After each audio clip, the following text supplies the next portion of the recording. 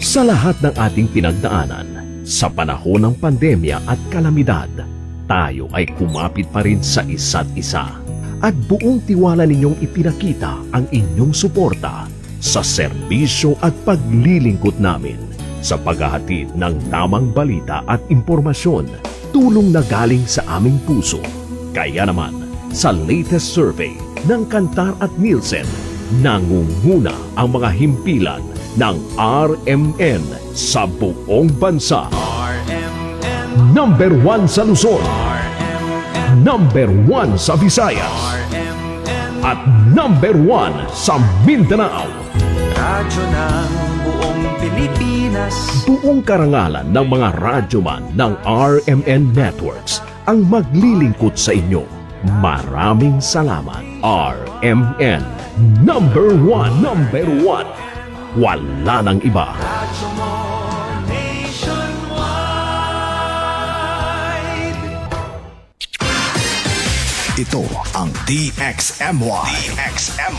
The Music and News FM station of RMN. Sa Cotabato. 90.9. DXMY.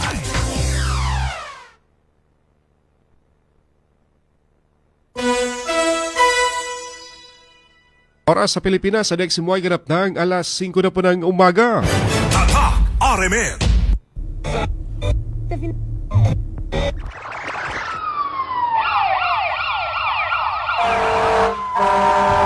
Kaganapan sa magdamag, inyo nang malalaman mula sa RMN News Center. Ito ang unang radyo, unang balita. Kinalap mula sa iba't ibang panig ng lungsod at bansa. Detalyado, walang itinatago. Ang numero unong pinapakinggan namin umaga sa bahay. Unang radyo, unang balita. Ang mga boses na kwentuhan namin mga tsuper. At tindera sa palengke. Unang radyo, unang balita. Ang programang gigising sa diwa ng bawat pamilyang Pilipino. Unang radyo, unang balita. Tatak RMN, radyo mo nationwide. Sa pong magandang umaga mga kasama, mga karadyumano, welcome sa programang unang radyo ng balita. Ngayong 9 na po sa buwan po ng June 2026 mga kasama. Kumusta mga ka-idol? Kami po umaasa na nasa maayos kayong kalagayan despite na may mga paglindol natin pong naranasan kahapon dito sa Cotabato City at sa Mindanao. Tuloy lamang po ang buhay, ganoon talaga na may mga pagsubok sa ating buhay, pero kailangan po nating tuloy-tuloy lamang ang ating pong pamumuhay. Samahan niyo po kami hanggang alas 6 sa paghatid po ng mga balita na kalap na niyo pong radyoman na sa nakalipas na 24 oras dito sa loob at labas nating pinakamamahal na Cotabato City. Sa napakarami po mga balitang dapat po ninyong malaman. Epekto po ng lindol o sa pinga politika dito sa ating lugar at dito rin po sa Kamaynilaan. Ating partner this morning si Radyoman Chief Tech Alvin Castillon at si Radyoman Eric Ricardo Madamba Jr. Ito po yung Radyoman Michael Swan. Unang-una sa lahat, headlines. Lindol sa area ng Mindanao. Kumitil ng 19 katao, maraming missing habang marami po mga establishment ang nasira dulot po ng malakas na lindol na 7.8 na magnitude. Una sa lahat, headlines. Ilang mga gusali sa Davao Region ay nasira din po dulot po ng malakas na lindol kahapon. Una sa lahat, headlines. Sa Cotabato City, wala pong pasok ngayon sa eskwela. Ayon ito sa naging abiso ng Cotabato City LGU. Suspendido ang klases sa public at private school sa lungsod. Una sa lahat, headlines. Dalawang taga Maguindanao del Sur, taga Buluan na nasawi sa pagguho o sa lindol na naganap kahapon sa Jansan. Una sa lahat, headlines. Mga residente ng Kalanganan 2 kahapon na sa Cotabato City nilikas matapos ang tsunami alert, pero pagka alas 3 ay pinawi na po ang tsunami alert dito sa Pilipinas. Una sa lahat, headlines. DepEd Secretary Sani Angara bumisita kahapon sa Cotabato City. Una sa lahat, headlines. MILG handang tumugon sa epekto ng lindol at posibleng tsunami dito sa Mindanao. Una sa lahat, headlines. Posibilidad ng mas malakas na lindol hindi sinasantabi ng PBOX. Una sa lahat, headlines. Cotabato Trends hinug na dahil nasa 50 na taon matapos ang malakas na lindol noong 1976 dito sa ating lugar. Una sa lahat, headlines. Bagong pamunuan ng Camp Darapanan, formal ng nanumpa. Una sa lahat, headlines. Mga natatanging tauhan ng Provar pinarangalan kahapon. Una sa lahat, headlines. Balitang nasyonal, Blue Ribbon. Sa paksyon po ni Erwin Tolpo, nagkaroon po ng hearing kahapon. Ngunit no showing ang 18 na mga dating marino. Una sa lahat, headlines. Mga armas ng NPA nakuha ng militar matapos ang madugo enkwentro sa bahagi ng Bukidnon. Una sa lahat, headlines. PRC naglunsad ng emergency fund na campaign para sa mga naapektuhan sa lindol sa Mindanao. Una sa lahat, headlines. Balita naman na sa Bayong Dagat, 21 na sawi, 19 sugatan sa nasabing sunog na nangyari sa isang bus sa Iraq. Una sa lahat, headlines. O radyo, kinig na ng radyo! Para una ka, eto na, Lahat ng kailangan mong malamang balita, impormasyon, reaksyon, aksyon, umaumaga. nakakarga na sa Unang radyo, unang balita. Sa bago at umarangkadang programa para sa mga naghahabol ng oras. Umaumaga, bago ka lumarga, mga kaganapan ay alam mo na. Unang radyo, unang balita. Dito lamang yan sa DXMY RMN Cotabato. Unang radyo, unang balita. Isa na namang produktong Tatak RMN. Radyo mo. Nationwide.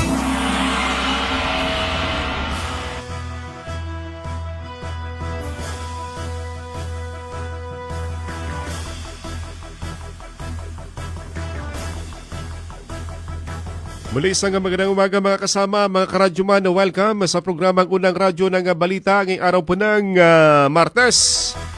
May sesyon sa Sangguniang Panlungsod at sa Sangguniang Panlalawigan, ngunit wala pong klase sa lahat po ng antas dito sa Cotabato City dahil nga po dito sa patuloy na assessment ng City Engineering Office sa mga gusali ng mga paralan na pampubliko at pribado man sa lungsod.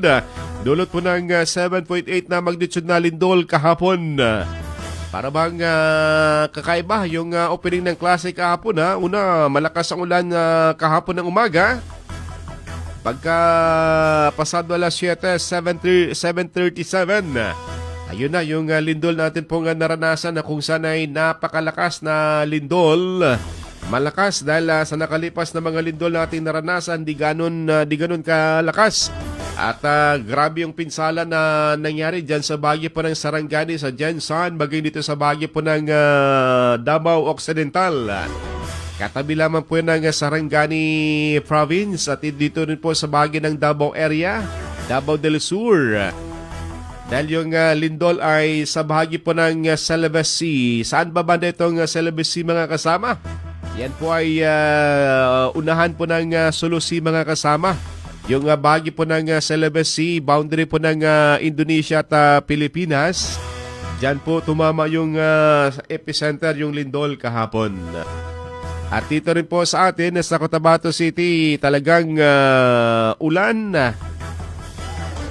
at lindol. Mabuti na lamang, yung lindol ay medyo maaga-aga, hindi po nakapasok na sa mga paralan yung mga estudyante. Kaya kahit papano yung epekto ay hindi po gaano karamihan ang nasawi. At hindi po yung isang galawan na malakas. Kumbaga nakagawa pang makatakbo yung mga kababayan po natin papalabas ng mga establishmento mga kasama. Pero magpaganoon pa man, napakarami po mga nasawi sa bahagi po ng Jensen, ha? Dahil umabot na po sa 19 kahapon yung nasawi at wala pa dyan yung mga missing. At wala pa rin dyan yung mga tao dito, yung mga hinahanap pa sa mga sandaling ito, mga kasama.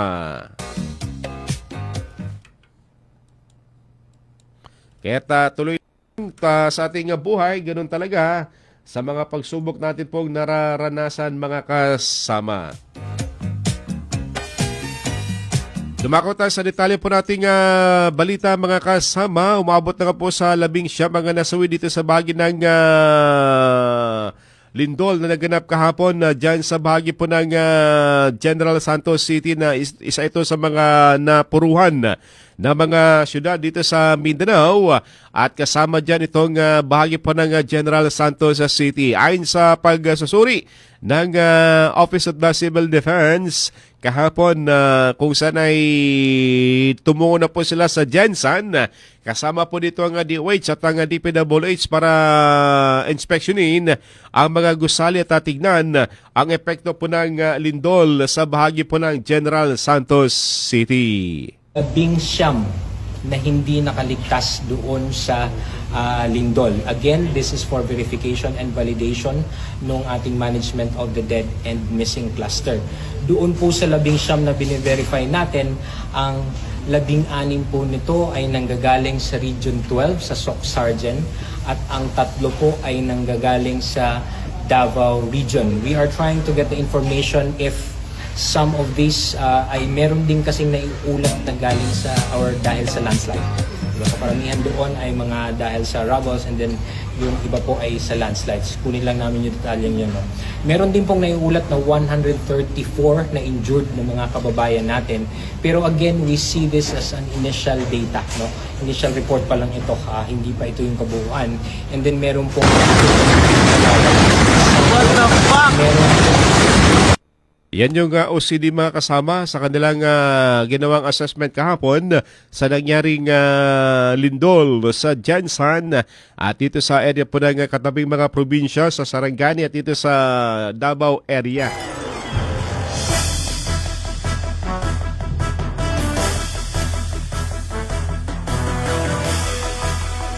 Sa iba pang balita, mga kasama, ay naman sa P-Box. Dakong 7:37 ang maganap ang naturang malakas na lindol na naitala sa kanila pong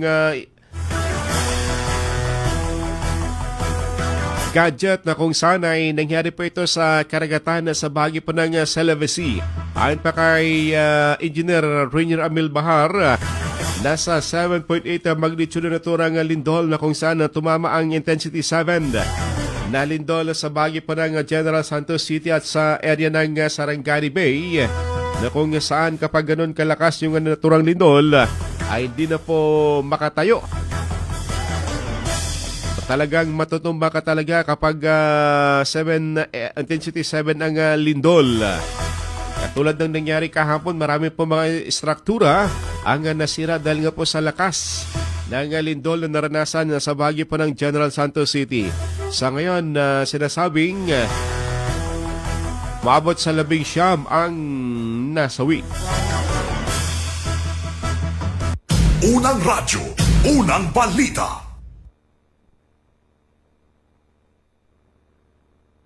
Nung una ko makita yung automatic plotter namin, pumapalo siya bandang Indonesia. So sabi ko, we have nothing to worry. So the same pala kami ng impression nung Manila office namin, na nung makita namin na malayo, we have nothing to worry.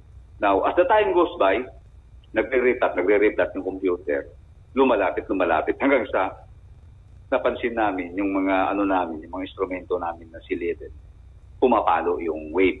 So doon namin agad na-realize na local pala yung quake, andito pala sa atin. And then noong hindi kasi basta-basta agad antayin natin yung data papasok lahat. So upon gathering of all the data, ang computation natin is magnitude 7.8 at ang lalim nito is about hindi ko na masyado memorize. 32 kilometers lang po ang lalim niya. at naka-generate siya ng tsunami. No, 33 kilometers ang lalim niya at naka-generate siya ng tsunami. One thing is good, nakabigay po tayo agad ng tsunami alert na nag-advise ng strongly evacuate the seaside of facing southwest ng Philippines. So, nakabigay po tayo agad ng ganung advisory. Now, makita natin lahat ng malapit doon, ang daming damages.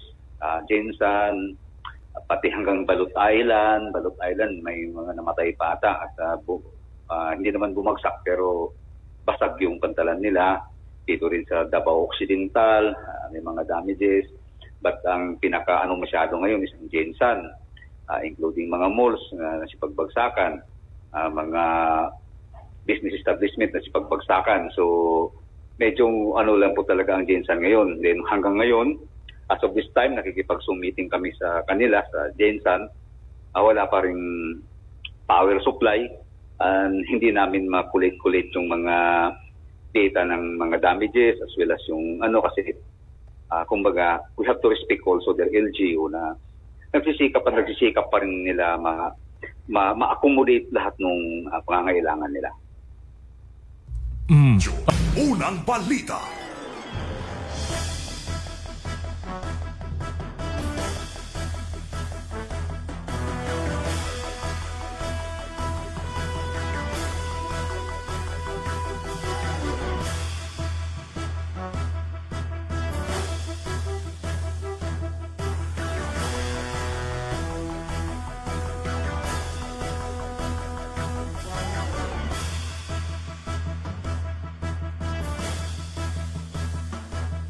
Samantala, hinimok naman ni Engineer Amil Bahar ng PBOX sa Cotabato City ang mga residente na manatiling alerto kasunod ng naturang magnitude na 7.8 na lindol na naitala sa bahagi po ng General Santos City at dito sa bahagi po ng Sarangani kung may malakas na pagyanig sa mga baybayin na dagat. Mas maiging wag nang hintayin ang abiso ng mga otoridad dahil 5 minuto lamang daw ang makalipas ay darating na ang tsunami. Unang radyo, unang balita. Identified but nabilang 15 po ang patay. And may mga missing pa dahil hindi pa naman yung mga bumagsak talaga. Itong fast food, hindi natin pangalanan muna kasi mahirap manggaling sa atin yung fast food, not only one pala fast food, mga fast food po, may mga bumagsak po na crumpled talaga totally. Then schools, the same, university, ang first floor, bumagsak yung first floor, so yung second floor naging first floor. Then malls, including malls, 2 malls heavily bumagsak ang mga parapet, ang mga walls. So, unang radyo, unang balita. Sa Cotabato City, nagpalabas po ng abiso kahapon ng Cotabato City LGU sa mga paralan na sa lungsod na suspendido po ang klase sa mga pampubliko at pribadong paralan hanggang makompleto po ang structural assessment at safety clearance ng mga school buildings ng mga kinaukulang mga ahensya. Mahigpit na pinagbabawal ang pagsasagawa po ng face-to-face classes at paggamit ng mga classroom at mga school facilities hanggat wala pang opisyal na clearance galing po sa City LGU. Ang kaligtasan ng ating mga mag-aaral, mga guro at school personnel ang siya pong pangunahing prioridad ng Cotabato City LGU. Unang radyo, unang balita. Kahapon din po dito sa bahagi po ng Kalanganan, nagkaroon po ng force evacuation na sa bahagi po ng Dalampasigan o malapit po dito sa bahagi po ng Dalampasigan ng Kalanganan 2. Dahil nga po dito sa tsunami alert na pinalabas po ng PBOX, pero kahapon mga alas 3 ay binawi na po ng PBOX ang naturang tsunami alert warning at nakabalik na rin yung mga residente na unang pinalikas ng City Disaster Risk Reduction Management Council na pinangunahan po ni Sir Lim ang naturang pagpapalikas sa mga residente ng naturang area. Yan ba yung pinaka, so, pinakamapulo. Kung mag-evacuate ka, no, so pinakamapulo. Ay, nasa silid, baka dun, ha? Coordinate ka, no, sa barangay, no? Ha? Mga ka sa barangay sa gun, ha?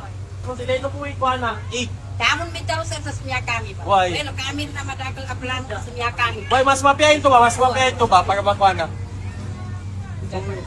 Yan yung sabi po, dapat retasyon namin sa gun, ha? Unang radyo, unang balita. Tambalang matinis sa mga balitang maiinit sa unang radyo, unang balita. Oras sa Pilipinas sa next ay ganap ng alas 5:20 na po ng umaga. Tatak RMN. Kaya sa ating mga kababayan na ingat-ingat po tayo, magdasal po tayo para nang sa ganun di po tayo makaranas ng lindol tulad po kahapon. Yung panahon kahapon at panahon ngayon parang the same ha. Maula pa sa labas nating himpilan na makulimlim. Parang nagbabadya naman po yung ulan. Pag ganitong makulimlim mga kasama at mga pag-ulan, yan daw yung sabi nilang magpaparamdam yung lindol. Okay lang kung mainit ang panahon dahil hindi gaano maramdaman yung wala masyadong lindol. Pero kapag maulap, makulimlim, nandyan yung lindol magpaparamdam tulad po ng ating naranasan kahapon at sa iba pa mga lindol natin pong naranasan.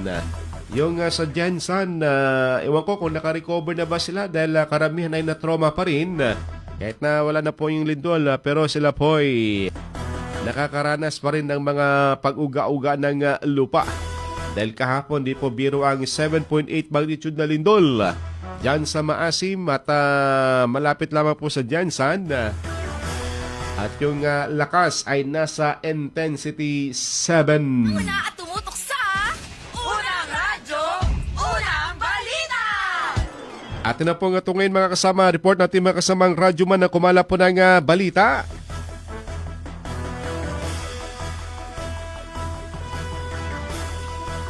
At unahin ng sa radyoman.webs abang bypass ng RDU na uwi sa madugong operasyon. Isa patay, 2 katao arestado sa 2.4 milyon na shabu na nasamsam sa Malabang. Sa detalye sa radyoman.webs abang. Ronda Presinto. Nauwi sa madugong enkwentro ang ikinasang drug bypass operation ng mga operatiba ng Regional Drug Enforcement Unit ng ProBar matapos manlaban ang isa sa 3 suspek na naganap alas 3 ng hapon itong weekend sa Barangay Matling, Malabang, Lanao del Sur.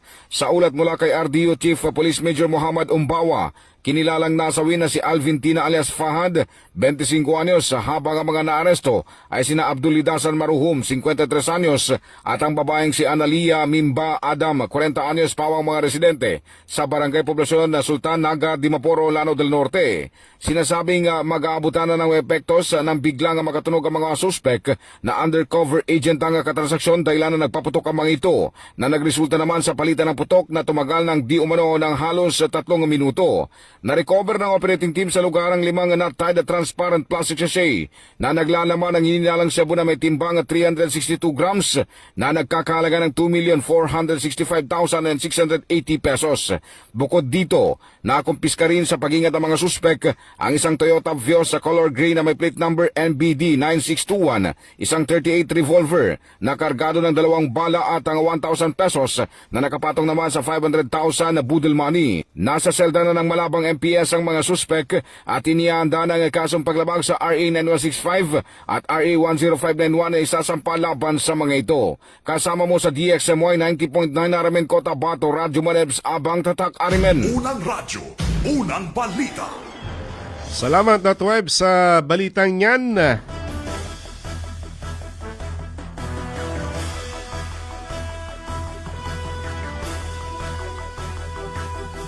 Samantala, away ng 2 magkaridong pamilya matagumpay na sagawa ang reconciliation sa bahagi ng Kadayangan. Sa detalye si Radyoman Maestro Rahiban Saw. Ronda Presinto.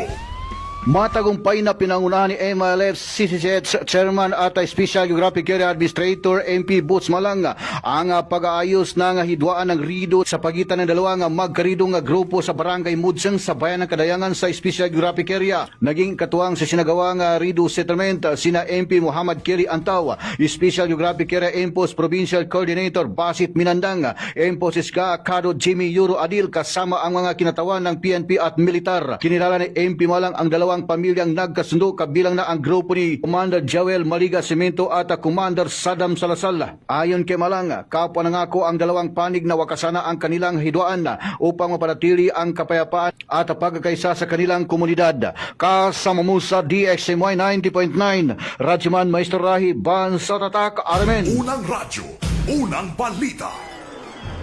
Salamat Maestro sa balitang yan. Samantala, report naman ni Radyoman Dato Jul, isa patay, ilan pang kabataan na taga-Buluan na missing habang nasa beach matapos tumama ang lindol sa Jansan. Sa detalye sa Radyoman Dato Jul ni Mapalaw.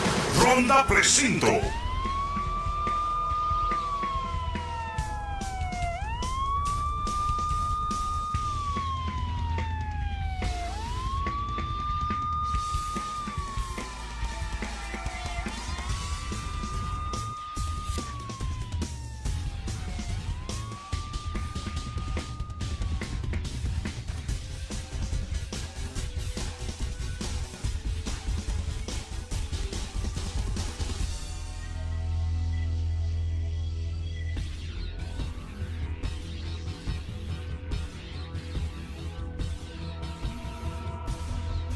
Kinumpirma ni Buluan Maguindanao del Sur Vice Mayor Dato King Jazier Manguda Dato ang pagkasawi ng isang 14 anyos na dalagita habang dalawa pang batang nawawala matapos biglang tumaas ang tubig dagat habang sila ay naliligo sa General Santos City. Kinilala ang nasawi na si Samina Ali habang patuloy naman na pinaghahanap si Raid Manigid, 9 anyos at Ersad Kadatuan Mama, 7 anyos na hanggang sa ngayon ay hindi pa rin natatagpuan. Samantala, ligtas naman na sina Aldi Kadatuan Mama, 15 anyos, Aljihan Malikol, 11 anyos at Admen Kadatuan Mama, 12 anyos na pawang mga residente ng Buluan sa Maguindanao del Sur at nagkataon lamang na nag-beach sa mga ito sa nabanggit na lugar na maganap ang paglindol. Ayon sa BLGU Buluan, nagpapatuloy ang search and rescue operation upang mahanap ang nawawalang mga biktima. Kasama mo sa DXMY 90.9 RMN Cotabato, Radyoman Julie Mapalaw, Tatak RMN. Unang radyo, unang balita.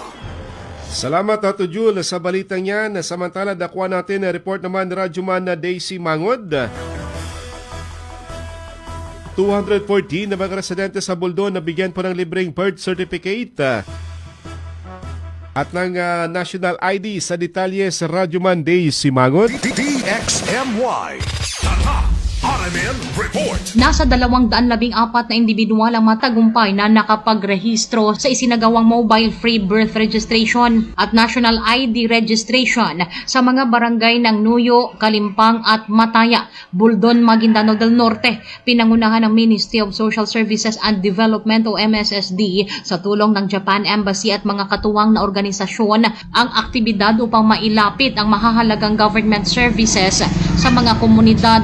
Pangunahing nakinabang ang mga batang hindi pa rehistrado at mga individual na wala pang birth certificate o national ID. Layunin ng programa na mabigyan sila ng legal na pagkakakilanlan upang magkaroon ng mas madaling akses sa edukasyon, serbisyong pangkalusugan at iba pang benepisyo ng pamahalaan. Samantala, matagumpay ring naisagawa ang mobile free birth at national ID registration sa Paggalungan, Maguindanao del Sur at sa Ligawasan Special Geographic Area. Nagsimula naman kahapon, June 8, ang 2 araw na registration sa bayan ng Dato Udin, Sinsuat. Kasama mo sa DXMY 90.9, Radyoman Daisy Mangud, Tatak RMN. Unang radyo, unang balita. Salamat Radyoman na Daisy. Good morning. Yes, kay Eliezer Clarito Robles sa Midsayab, kay Marvin Leon, kay Don C. Saglayan, kay Sally Abdul Karim, kay Padre Mark Cortel. Kumusta ka naman pa sa bahagi po ng UP? Malakas mang lindol dyan kahapon. At kay June Casan, kay Nancy Sabado, Blanca Rimonde sa El Bosian na Midsayap. Good morning ma'am. At kay Pingson na Salim sa Datuanggal Mitimbang. Kay Tang Pangato, good morning daw sa kanyang asawa dyan sa Baseco, Maynila. Kay Christian Paul Brown, good morning sa Davao. Kay Beta Suagabla, good morning. Kay Coach Sapto.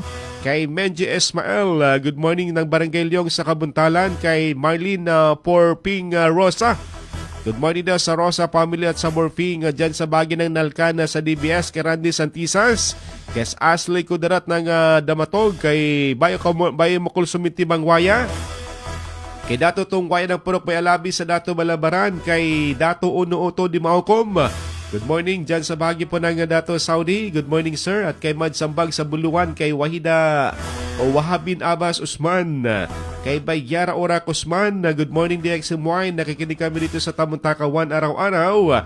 Pa-shoutout sa aming kapitan kay Honorable Ahmad Urak, good morning. Kay Atman Enok, good morning sa Tenorio at kay RR Linas, kay ka-driver vlog, good morning.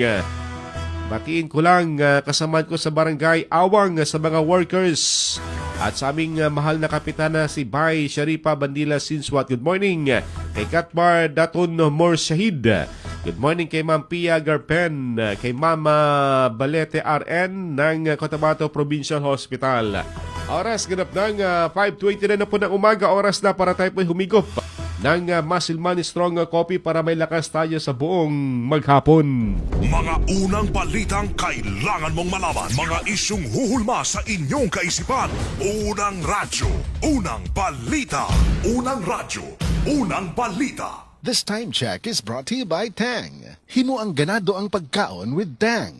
This time check is brought to you by ang kilala mong Alaksan, extra galing na. Up to 3 times faster versus Alaksan FR. New Alaksan Extra. That time check is brought to you by Centrum Silver Advance. May nutrients adjusted for age 50 plus. Tulong para malakas ang resistensya, healthy heart, and sharp memory. The #1 multivitamins for age 50 plus. This time check is brought to you by iBerry. Adunay bilberry para sa mata nga hait ug tinaw. This time check is brought to you by Kidney Care. Likayi ang dialysis o ubang problema sa kidney. Mag-Kidney Care. This time check is brought to you by Milo. Drink Milo every day. This time check is brought to you by Nescafe Classic. Mag-Nescafe Classic araw-araw. 100% puro at natural. Pinakamasarap na black coffee. This time check is brought to you by Tanduay 5 years. Tibay ng loob, tibay Tanduay.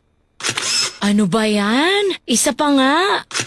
Ayoko talaga. Can't get the perfect shot, mga idol. Kulang ba minsan ng confidence pag tinitingnan ng skin sa pictures? Nako, ganyan din ako dati. Parang laging dull ang skin. Kahit anong lighting, kahit anong filter, kulang sa kinang. Buti na lang, gumamit ako ng bagong White Rose Papaya. May double whitening ng papaya extracts and vitamin B3. Clinically proven magpaputi in as early as 7 days with regular use. Papaya puti, papaya fast. Mga idol, eto na ang sagot. Available sa mga grocery stores at supermarkets nationwide. Bili na ng White Rose Papaya. Papaya puti, papaya fast. White Rose Papaya with vitamin B. Manufactured by ACS Manufacturing Corporation. ISO certified, world-class quality. ACS. Mula sa #1 Smart Dishwashing Paste. Tanggaling-galing mo!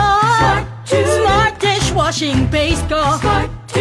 Pritong ulam na masebo, plato o kaldero. Tanggaling for everyday. Ganyan pag Smart ang dishwashing paste. May double tanggaling formula. Tanggal galing ang sebo at bacteria. Bahit para walang bahit, linis fantastic sa metal at plastic. #1 ko to. Tanggaling-galing mo, Smart dishwashing paste. Heavy duty linis bawat pahid. Smart Dishwashing Paste, manufactured by ACS Manufacturing Corporation. ISO certified, world-class quality. ACS. Tang ganado na made with real fruit extracts na ay refreshing fruity flavor. Let's get refreshingly real with Tang. Abangan ng refreshing Tang Bayan sa inyong barangay ngayong Sabado at Linggo.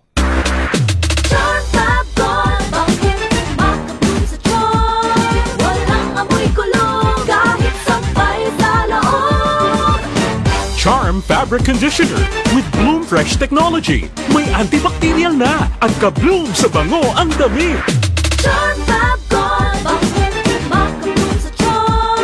Walang amoy kulong kahit sampay sa loob. Bangong makabloom sa charm. Charm Farm Fabric Conditioner. Manufactured by ACS Manufacturing Corporation. ISO certified. World-class quality. Ang balita na ito ay hatid ng Ginebra San Miguel. Tatak ng tapang, tatak Ginebra. This newscast is brought to you by Kidney Care. Likayi ang dialysis o ubang problema sa kidney. Mag-Kidney Care. O radyo, radyo, radyo! Kinig na ng radyo! Kinig na ng radyo! Para una ka, eto na! Lahat ng kailangan mong malamang balita, Impormasyon, reaksyon, aksyon, umaumaga. nakakarga na sa Unang radyo, unang balita. Sa bago at umarangkadang programa para sa mga naghahabol ng oras. Umaumaga, bago ka lumarga. Mga kaganapan ay alam mo na. Unang radyo, unang balita. Dito lamang yan sa DXMY RMN Cotabato. Unang radyo, unang balita. Isa na namang produktong Tatak RMN. Radyo mo. Nationwide. Oras ganap ng 5:35 na po ng umaga. Tatak RMN. Gaganda na ang gising nyo. Mainit na balita sasalubong sa inyo. Unang radyo, unang balita. Tuloy sa paghatid po ng mga balita nga nakalap na inyo pong Radyo Man. Good morning sa mga nakatutok pa rin po sa atin na kay Dato Manong Makir Latif, kay Mads Gundarangan Enoch sa Baguio po ng Gang Sultan Kudrat sa Maguindanao del Norte. At sa Team Talipapa sa Baguio ng RH9 kay Kuya Rigor, kay Sarge Wanday at kay Ate Jane. Kuya June Amis, good morning po sa inyo at kay Ate Bing Sidon. Good morning po sa inyo sa Awang dyan sa Baguio po ng Crossing. Good morning kay Ate Diding at kay Kuya Tata sa Baguio po ng RH11 sa San Pablo Village kay Ma'am by Mems Balaw. Sa pinakauling mga pag-uga po ng lupa sa Baguio ng Jensan, naranasan kaninang alas 4:49 ng umaga. Itong aftershock na may 3.3 na intensity mga kasama. Yan yung pinakahuling pag-uga po ng lupa na naranasan dyan sa Baguio po ng Jensan habang unti-unti na pong bumabalik yung supply po ng kuryente sa Jensan at sa area po ng Sarangani Bay. Yung 6 na mga munisipyo dyan sa bahagi po ng Sarangani, yung Baasim, Kiamba at Maitom, itong Alabel, Malaparan at Glan. Yung sa bulubunduking bahagi ay dito yun sa Malungon mga kasama. Yan yung 7 probinsya o 7 bayan dito sa bahagi po ng Sarangani Bay. Habang dito sa Kadayangan Special Geographic Area kahapon, isa pong bagong gawang covered court ang bumagsak ano ba ito, substandard dahil bumagsak yung bago lamang na covered court na isinasagawa dyan sa bahagi po ng Kadayangan Special Geographic Area. Mabutit wala pong tao at wala pong nasaktan sa naturang guho ng naturang covered court mga kasama. Dito sa area po ng Jensan, yung KCC Mall talagang sirang-sira. Kumbaga para bang di na ito makaya sa repair dahil marami yung nasira. Sa labas at sa loob po ng establishment. Ganoon din po yung SM Mall sa Jensan, talagang gumuho yung isang parte. At yung parking area talagang yung mga debris nagkalat. Yung mga walls na nasira. At doon sa loob, mabuti na lamang yung lindol kahapon na hindi po alas 10 na kung saan ay nagbubukas yung mga mall. Kung ganong oras tumama yung lindol, malamang marami-rami po itong masawi mga kasama. Kaya't mabutit maaga pa lang, maaga nangyari ang naturang lindol, pasado alas 7, kakaunti pa lamang yung mga tao sa mall o mga sikyo lamang siguro.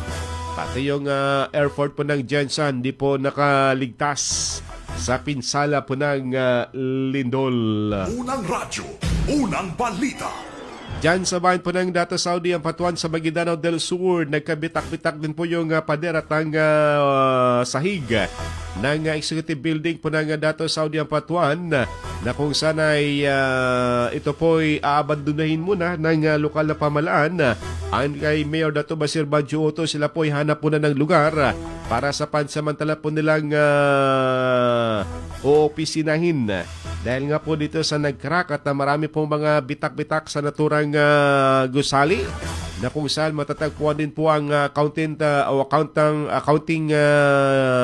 office at ang budget at ang treasurer's office ng Dato Saudi. Naroon din po kahapon na si Vice Governor Sheikh Hisham Nando na nagkataong nagkaroon po ng aktibidad sa naturang bayan at siya mismo ay tumingin sa pinsala po ng naturang gusali. Unang radyo, unang balita. Yung inspection sa mga infra dito sa Dato Saudi, office ni Mayor, office ng Sanggunian, office ni Vice Mayor, na nakita natin na malaki ang pinsala, no? Malaki ang mga cracks, mati sa foundation, no? Tinamaan ng lindol. So, ang kagandahan nito, sabi ko kay Mayor, ipa-further inspection niya sa mga technical team, sa mga engineers natin para makagawa sila ng rekomendasyon kung ano ang gagawin sa building na ito. Sa amin naman sa province, i-copy publish lang nila kami sa resulta ng technical inspection para makita rin namin kung mapag-aralan namin kung ano ang pwede namin may tulong sa kay Mayor sa dumaan na lindol na ito. Unang radyo, unang balita. From the Presinto.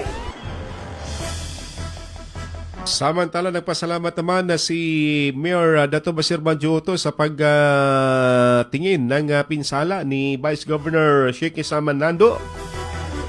At siya po'y nanawagan sa kinaukulan na baka may mag-donate ng panibagong gusali sa naturang bayan dahil yung naturang lugar o yung naturang struktura ay pwede na pong sirain dahil nga po hindi na po ito fit para po pag-opisinahan.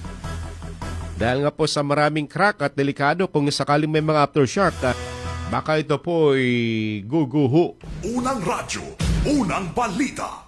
Po yung pinsala ng lindol kanina at malalim. Magme-meeting kami ngayon ng mga head of office ko at temporary na ipapakait na muna itong building na ito kasi ang iniwasan natin dito magkaroon ng lindol ulit so baka may matrap sa loob. So napag-iisipan namin na mababakit na muna ito, pag-usapan namin kung anong maganda at malalim yung pinsala, yung mga poste, diyak-diyak. So hopefully na wala na mangyaring lindol ulit kasi ang iniwasan natin dito matatrap yung mga tao sa loob. Ngayon, nag-brown out na naman. So, bago lang na-repair yung ilaw natin. So, dahil sa lindol, brown out na naman. Tumigay naman yung pagpa-brown out. Unang radyo, unang balita. Labis namang nagpasalamat si Mayor Dato Basir Banjo Otto sa Provincial Government ng Maguindanao del Sur kay Governor Dato Alimit Timbang sa sinagawang Give Heart Medical Mission na kung saan nasa 3,000 kababayan po nito ang nakabiyaya ng libreng serbisyong medikal na kung saan libreng gamot, libreng check-up, bunot ngipin, dental check-up at libreng salamin sa mata, tuli, libreng tsinela sa tapiding program. Ang ilan lamang sa mga nabel ng mga residente, meron pang pamamahagi ng bags na may lamang mga gamit sa eskwela, bagong upuan, pamamahagi po ng bigas at itong Jollibee. Unang radyo, unang balita. Ito po, may Jollibee na, may bigas pa, libreng gamot, maraming doctors, may upuan na, may bag pa. Of course, sumabay tayo sa pangkalatang brigada eskwela at andyan lahat yung mga school principal natin, school head natin para sa gamitin nila sa kanilang eskwelahan para sa pangkalahatang brigada eskwela. Sila nagpapasalamat sa serbisyo ng probinsya ng Maguindanao, of course, ang regional government, ang ating regional Chief Minister Arturo Macacua, sa kanyang provincial government, Honorable Papakagi Alimit Timbang, Governor, Maguindanao Province.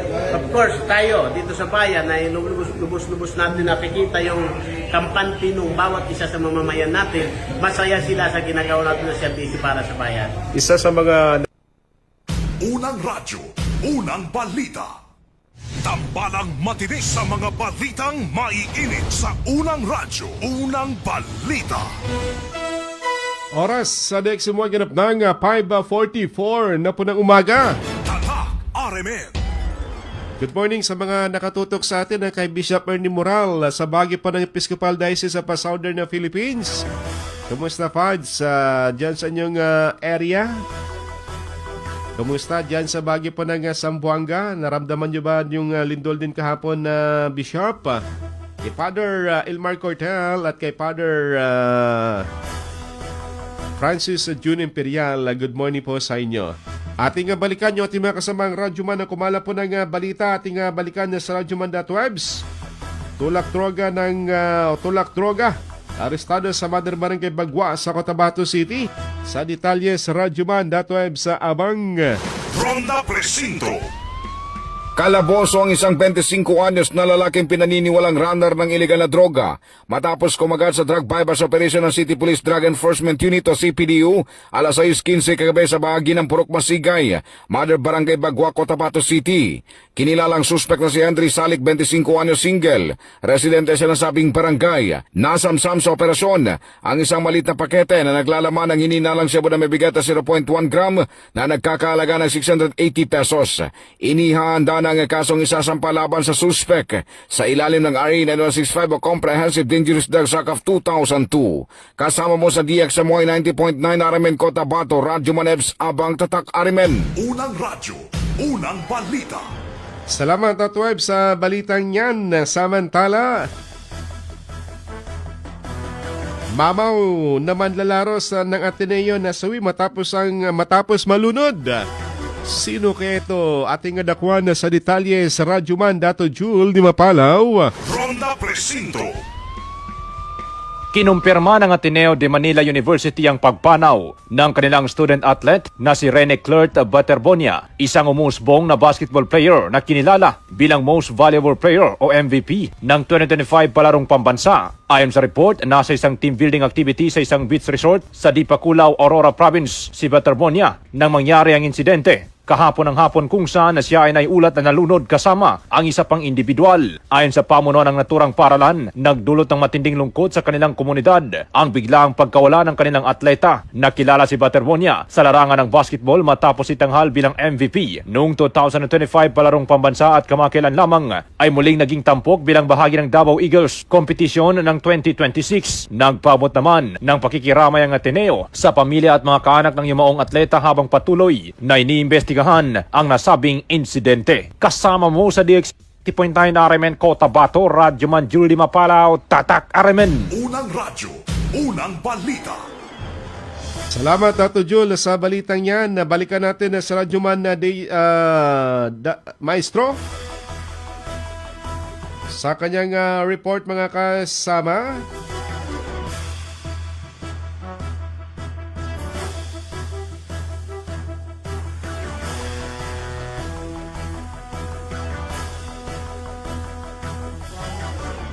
Expanded MILF Central Committee consultation matagumpay na naisagawa sa Camp Darapanan. Sa detalye sa Radyoman, Maestro Rahiban Sow. DXMY Tatak RMN Report. Pinangunahan ni MILF Chairman at Amirul Mujahideen Al-Haj Murad Ibrahim ang isinagawang Expanded Central Committee Consultation and Current Issues and Concerns ng Moro Islamic Liberation Front o MILF sa Camp Darapanan sa Bayan ng Sultana Kudarat sa Maguindanao del Norte. Dinaluhan ang pagdipo ng mahigit 1,000 opisyal ng Bangsamoro Islamic Armed Forces o BIAF mula sa iba't ibang lugar sa rehiyon. Bilang na sa mga dumalo sina Base Commander Whiskey Hasim, Commander Abu Adsam, Commander Masulot Mintog, at Special Geographic Area Emboscado Jimmy Yoro Adil, kasama ang iba pang mga leader at opisyal ng organisasyon na tinalakay sa konsultasyon ang mga mahalagang usapin at kasalukuyang mga isyong kinakaharap ng organisasyon ng Bangsamoro, kabilang ang pagpapatatag ng kapayapaan, pagkakaisa at patuloy na pagpapaunlad sa komunidad. Dumalo rin sa natura ang pagtitipon sina MILF AJAC Chairman Anwar Alamada, Member of Parliament Maestro Sili Salik, Bangsamoro Grand Mufti Abdul Rauf Gyalani at iba pang mga opisyal na iba pang mga kilalang personalidad at opisyal ng MILF. Ayon kay SGA Imposkado Jimmy Yoro Adil, layunin ng pagtitipon ay upang palakasin pa ang koordinasyon sa hanin ng mga opisyal at miyembro ng MILF. Gayon din ang pagbibigay ng mahalagang updates hinggil sa kasalukuyang kaganapan at direksyon ng organisasyon.